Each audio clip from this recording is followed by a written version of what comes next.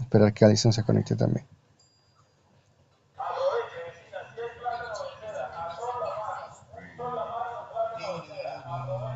Ya.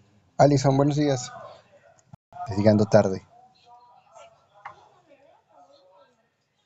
Ya. Bien, entonces, ¿qué vamos a ver el día de hoy? El último órgano reproductivo, bueno, no es un órgano reproductivo, el último órgano proliferativo, por así decirlo, de las plantas. Lo que resulta ya de todo el acto de la reproducción de las plantas con flor. Ahora, la semilla, a diferencia de los dos anteriores, que eran el fruto y la flor, la semilla no es exclusivo de los angiospermas. Es decir, hay plantas sin flor que producen semillas.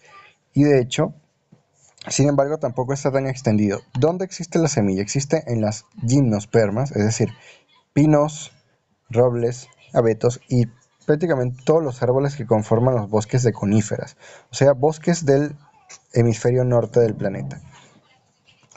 Esos árboles que se parecen a los pinos y además incluyen a los pinos no tienen flor. Ellos producen conos que seguramente ustedes han visto colgando en Navidad.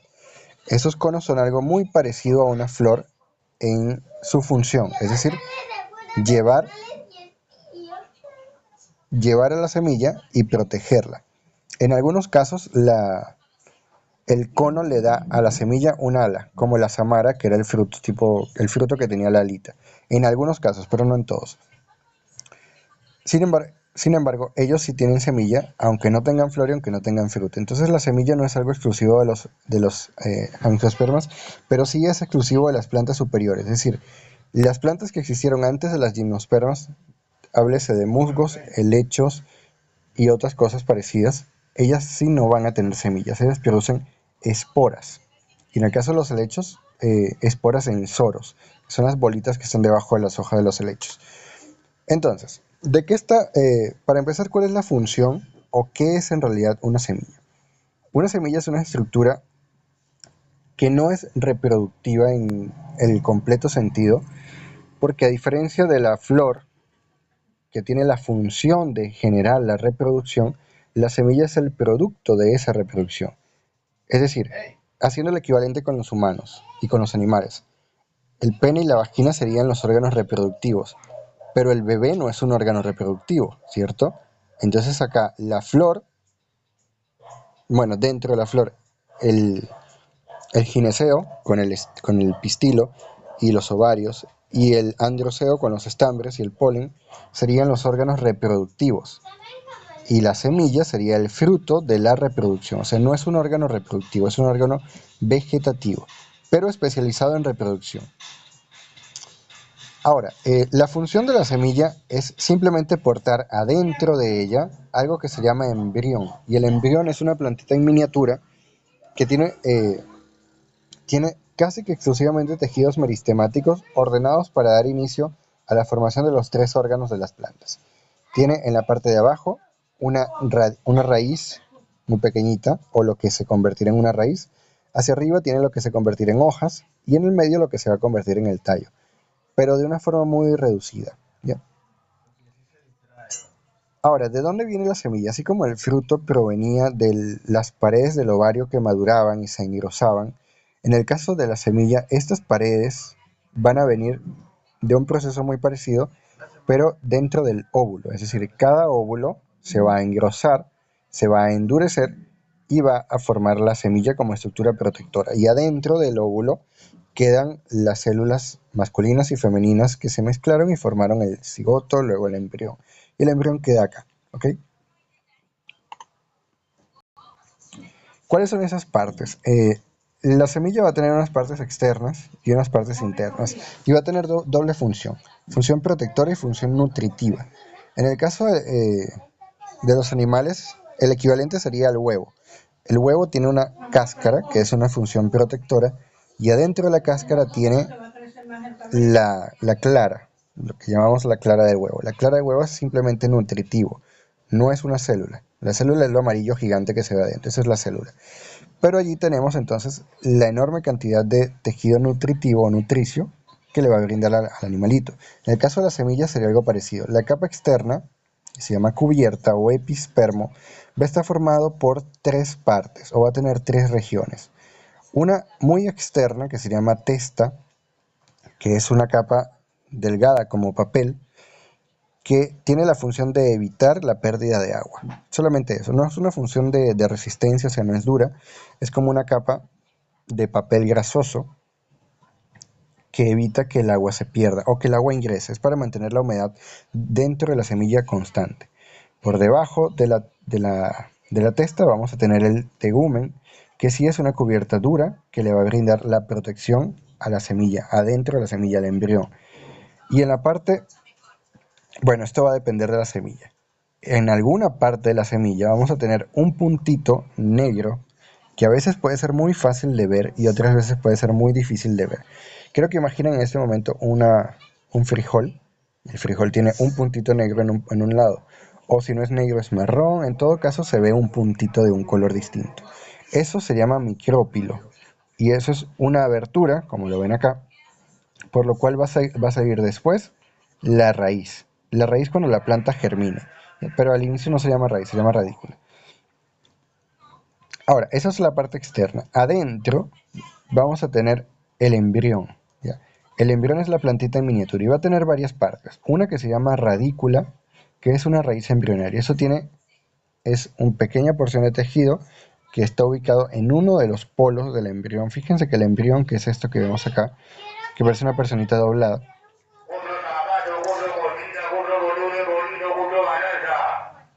Ya llegó el vendedor. Ya, vamos a esperar que se vaya. Ya se fue. Ya. Entonces el embrión va a tener polos, un polo superior o apical y un polo inferior o basal. Y los tejidos que están allí van a estar diferenciados. Los tejidos de la parte de arriba son muy distintos, enormemente distintos a los de la parte de abajo. Esa diferencia está dada por la concentración de ciertas hormonas y de ciertos genes además. Los que se expresan acá no son los mismos que están acá abajo. Entonces la parte de abajo la vamos a llamar radícula y va a tener los meristemas apicales que van a producir la raíz. Del otro lado vamos a tener la plúmula, que le llamamos plúmula porque parece una plumita. Recuerden la clase de tejidos vegetales que había una foto, que era un corte microscópico de una planta, en la cual teníamos algo parecido a esto. ¿Sí? Y teníamos los meristemas acá adentro. Ese corte era de un embrión y eso que se veía allí enorme es en realidad la plúmula, una porción de tejido con alta actividad celular porque es un tejido meristemático, pero como es una planta joven, es un embrión, ni siquiera es una planta todavía, esa actividad de división celular es muchísimo más alta que en cualquier otro momento de la planta, del ciclo de vida de la planta. Ahora, la plúmula, ¿qué va a formar? La plúmula es una yema. La pluma la va a formar luego las primeras hojas verdaderas y después ese meristema va a permanecer y va a convertirse en el meristema apical, del cual van a salir el crecimiento longitudinal del tallo hacia arriba y van a salir las hojas de la parte de arriba. De aquí no van a salir ramas, de aquí solamente va a haber un solo eje central que es el tallo principal. Después se van a desarrollar las yemas secundarias y las ramas y todo eso. Pero las estructuras de las ramas no están acá todavía, solamente crecimiento hacia arriba y la radícula hacia abajo. ¿Ya? En medio de la plúmula y la radícula tenemos un espacio. Ese espacio se llama hipocotilo y ese espacio lo que en realidad por ahora no hace nada. Después es que se va a convertir en parte del tallo, solo después. Por ahora en realidad no hace nada, solamente es el nombre con el que nos referimos al espacio entre la plúmula y la radícula. Y vamos a tener, que acá no se ve, vamos a tener uno o dos cotiledones. ¿Qué son los cotiledones? Y dependiendo de si tenemos uno o dos, vamos a hablar de un tipo de planta o de otro. Por ejemplo, esto que vemos acá, bueno, en la de arriba no se ve, en la de abajo sí se ve muy, muy claro. Acá tenemos plúmula, radícula, hipocotilo, y estas dos cosas gigantes que vemos acá son los cotiledones.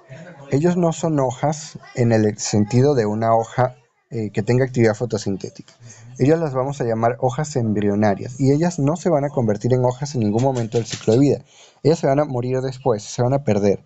La función del cotiledón es simplemente ser una reserva de material nutritivo, o sea, una reserva de energía.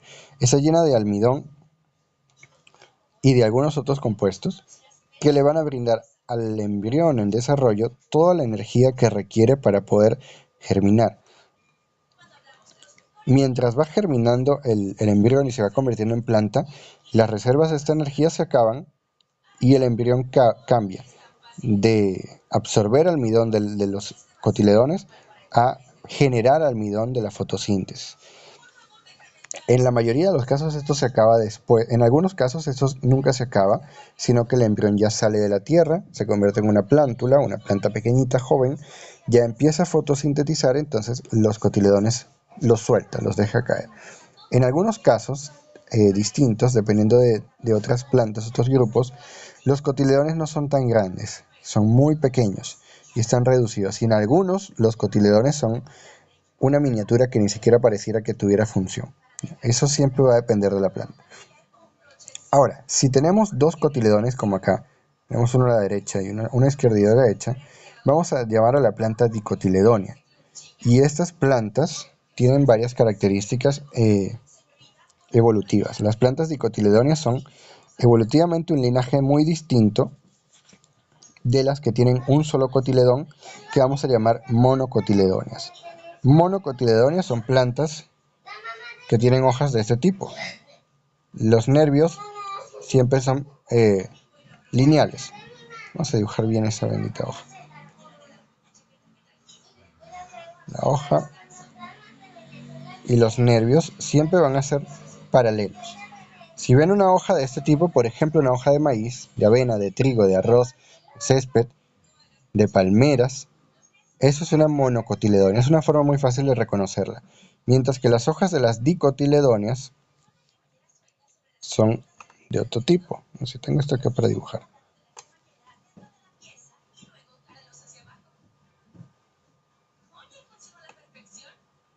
Las de las dicotiledóneas sí son las hojas que normalmente conocemos. Por ejemplo, con un nervio central y nervios laterales. Las dicotiledóneas tienen esta estructura y las monocotiledóneas tienen esta estructura. ¿Ya? Además hay una diferencia, bueno, vamos a poner mono. Además va a haber unas diferencias en el número en la forma de la flor. Monocotiledóneas tienen flores impares. ¿Ya? Dicotiledóneas, impares en múltiplos de... No, ¿qué estoy haciendo? Pares, perdón.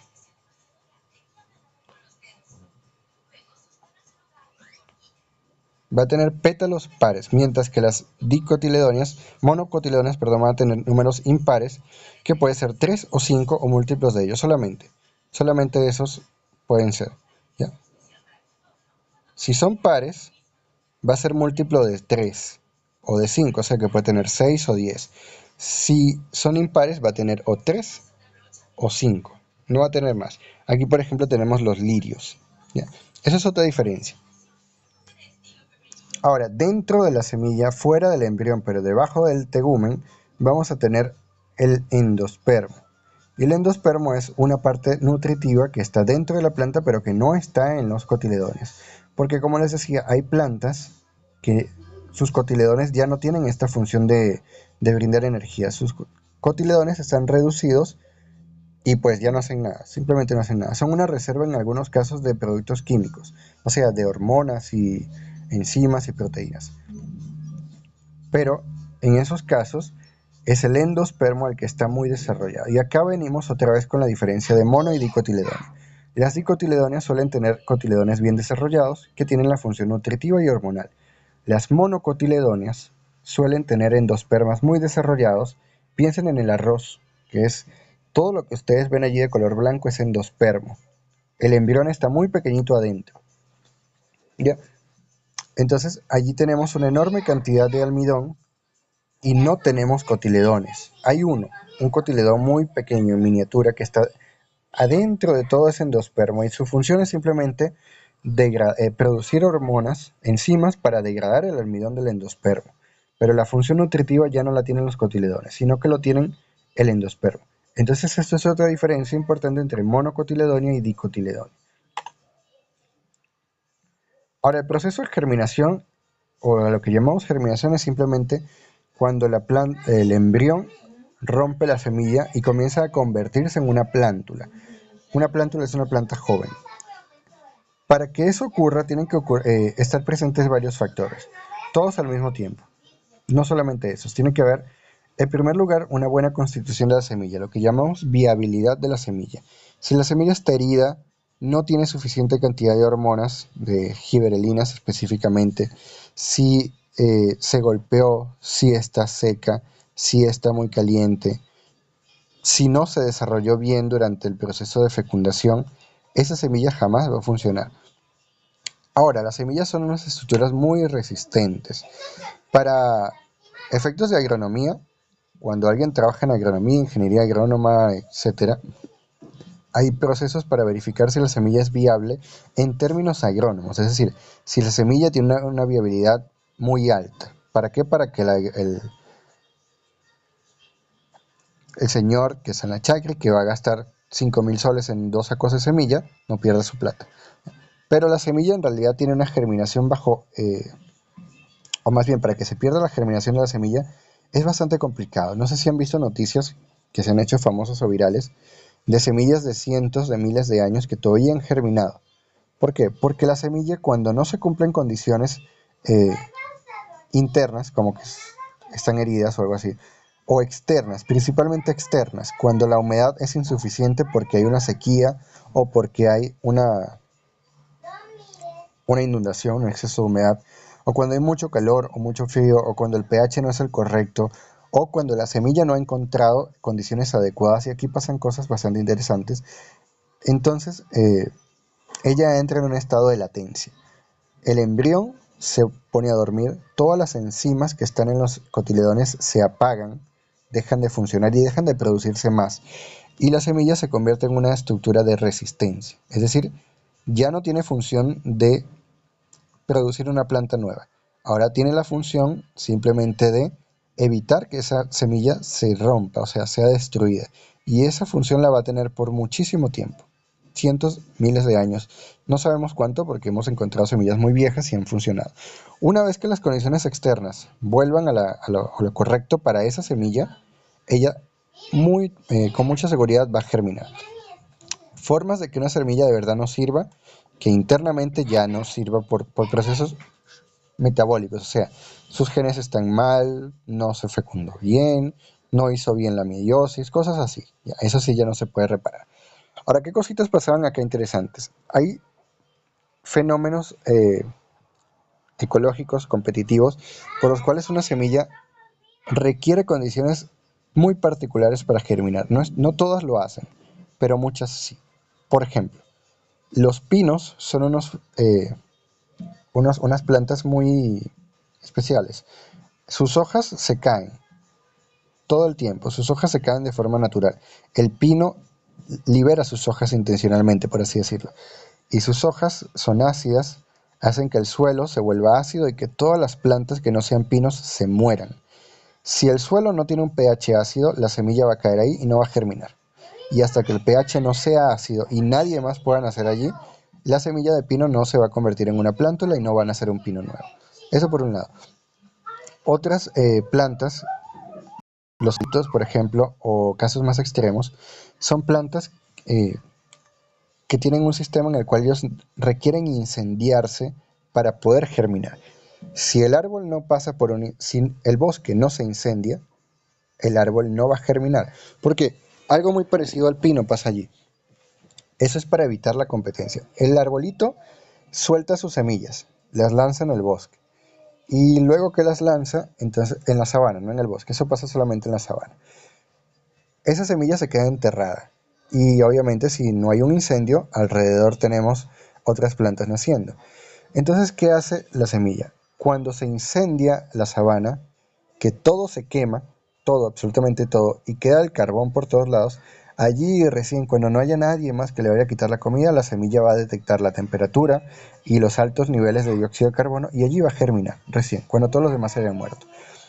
¿Y cómo hace el árbol para saber que eso está pasando? Bueno, resulta que producen en su madera compuestos químicos inflamables. ¿Para qué? Porque si hay un pequeñito incendio, el árbol intencionalmente es como que liberará combustible para que se incendie más y se incendie más y vuele desastre a la sabana. Y él hace o contribuye a quemar todo para poder germinar. Y así hay muchas otras. Hay unas que si no se inundan, no germinan. Hay otras que si no pasan por el intestino de ciertos animales en específico, no germinan. Entonces, esas condiciones externas pueden ser muy variadas, pero son muy específicas. Es decir, son muy exquisitas las semillitas. Si no se cumplen todas, la semilla no va a germinar. Así de sencillo. Ahora, ¿cómo germinan? Puede haber dos mecanismos, unas por arriba de la tierra y otras por debajo. Y dependiendo de si es arriba o abajo, se llama epigia cuando es por arriba e hipogea cuando es por debajo. ¿Quién es el que está por arriba? La planta obviamente va a salir hacia arriba, no hacia abajo. El que queda por arriba o por debajo son los cotiledones. Entonces, este que tenemos acá es una germinación epigia. Fíjense, tenemos la semilla acá. La semilla está parcialmente enterrada, no está completamente enterrada. Y las semillas no siempre quedan completamente enterradas. Nosotros las metemos bajo tierra. Pero entonces digamos que la semillita cayó de acá del árbol, quedó la mitad arriba, quedó un poquito arriba, ¿ya? Y ella empieza a germinar. Sale por el micrópilo la radícula, por el geotropismo positivo la radícula va a irse hacia la tierra, el hipocotilo se va a ensanchar un poquito y los cotiledones van a salir de la tierra. De acá van a quedar por encima de la tierra. Estos son los dos cotiledones. Luego se va a desarrollar una estructura adicional que no existía en el embrión. Yo les decía, el hipocotilo no hace nada. Es cierto, el hipocotilo, miren cómo queda acá, no crece nada. Por encima de los cotiledones se va a desarrollar algo parecido al hipocotilo que se llama epicotilo. Palabra, por encima de los cotiledones, por debajo de los cotiledones. Eso es todo. Y es el epicotilo el que va a ir aumentando en tamaño. La plúmula va a convertirse en hojas y la planta va a empezar a crecer, los cotiledones se marchitan y se caen. Ya. Esto es epigia porque los cotiledones, miren, están acá arriba. Sin embargo, hay algunas plantas en las cuales tienen una germinación hipógea. La planta se entierra o tiene que estar enterrada, si no, no germina. Sale la radícula por acá, por el micrópilo, el hipocotilo se ensancha y este epicotilo se va a ensanchar un poquito más que en el caso anterior. Los cotiledones son estos verdes y se van a quedar allí, ellos no van a subir. Se va a producir otra vez el epicotilo, va a sacar la plúmula de la tierra y va a desarrollar la planta. Y los cotiledones se quedan acá, marchitándose y muriéndose. Esas son las dos diferencias que hay. ¿Okay?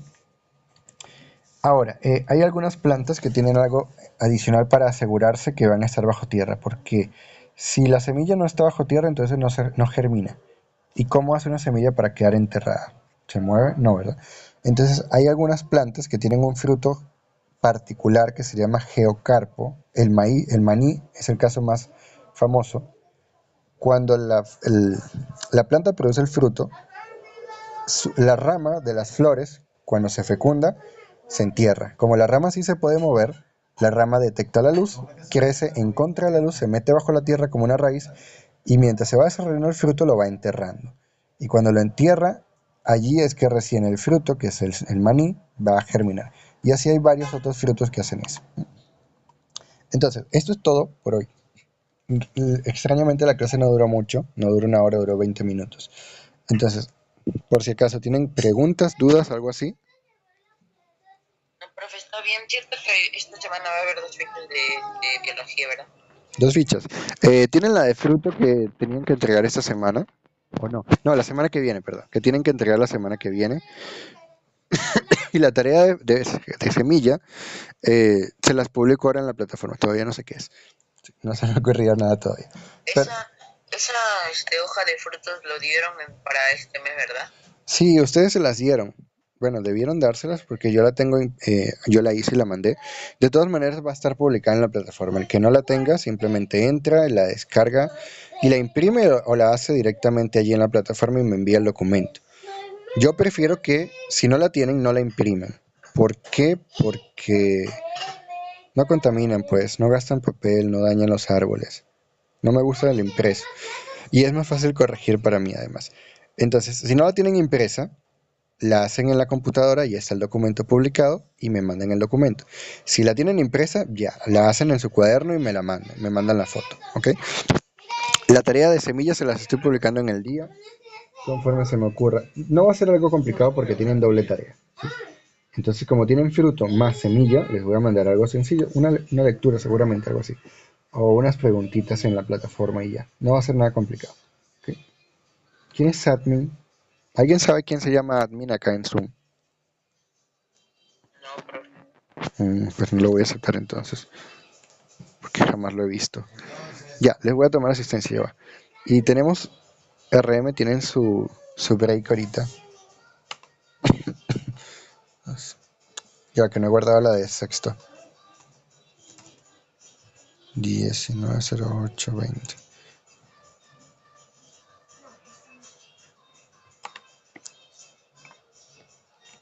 Isabela, ¿estás? ¿Me escuchas? Ya, Isabela, ahorita me escribes por WhatsApp, sí que necesito preguntarte algo. Me escribes a mi WhatsApp. Ya. Ya guardo la asistencia. Bio 3190820.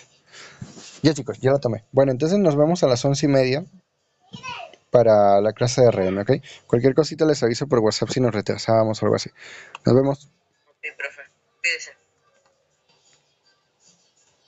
Profe.